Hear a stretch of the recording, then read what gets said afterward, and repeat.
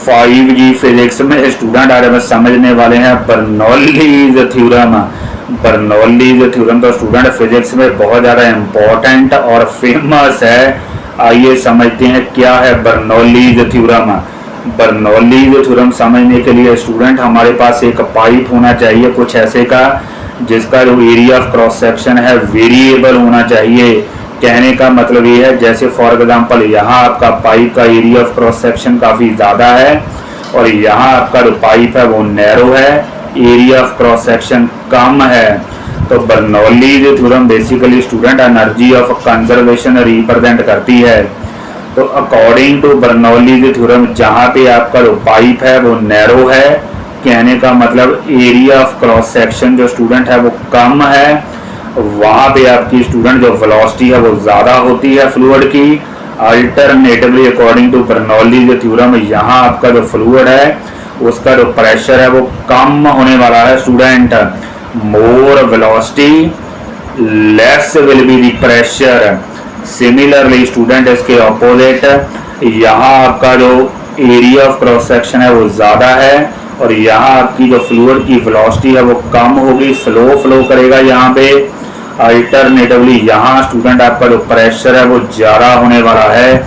यही हमारी Bernoulli's theorem कहती है, more velocity less will be the pressure, less velocity more will be the pressure. Bernoulli's theorem तो student काफ़ी important है। आपका जो एरोप्लेन फ्लाई करता है उसके पीछे भी बर्नौलीज थ्योरम एप्लीकेबल होती है। जो आपका प्लेन होता है उसके जो विंग्स होते हैं उस विंग्स का स्टूडेंट डिज़ाइन इस हिसाब से करते हैं so that Bernoulli's theorem is applicable there.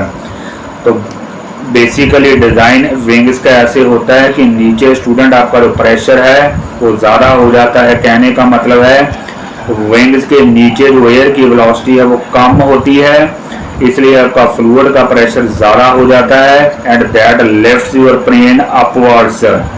Wings के ऊपर स्टूडेंट प्रेशर आपका कम होता है, वेलोसिटी ज़्यादा होती है। कहने का मतलब विंग्स का डिज़ाइन इस हिसाब से करते हैं। विंग्स का डिज़ाइन जैसे ये हमारा विंग है तो ऊपर और नीचे एक वेलोसिटी डिफरेंस क्रिएट कर देते हैं स्टूडेंट।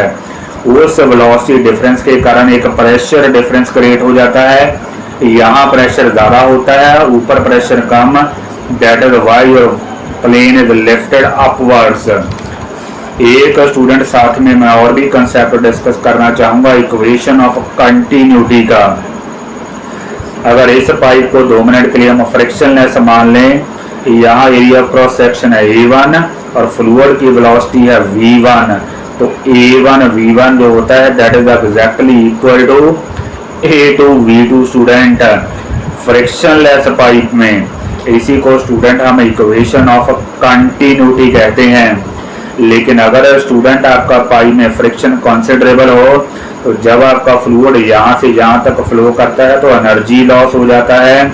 देन जो है equation of continuity as well as जो आपकी बर्नौलीज थ्योरम है उसमें मॉडिफिकेशन हो जाती है student, that is called modified Bernoulli's theorem. I hope a student you might have understood the concept. Please do like and subscribe my video. Thank you very much.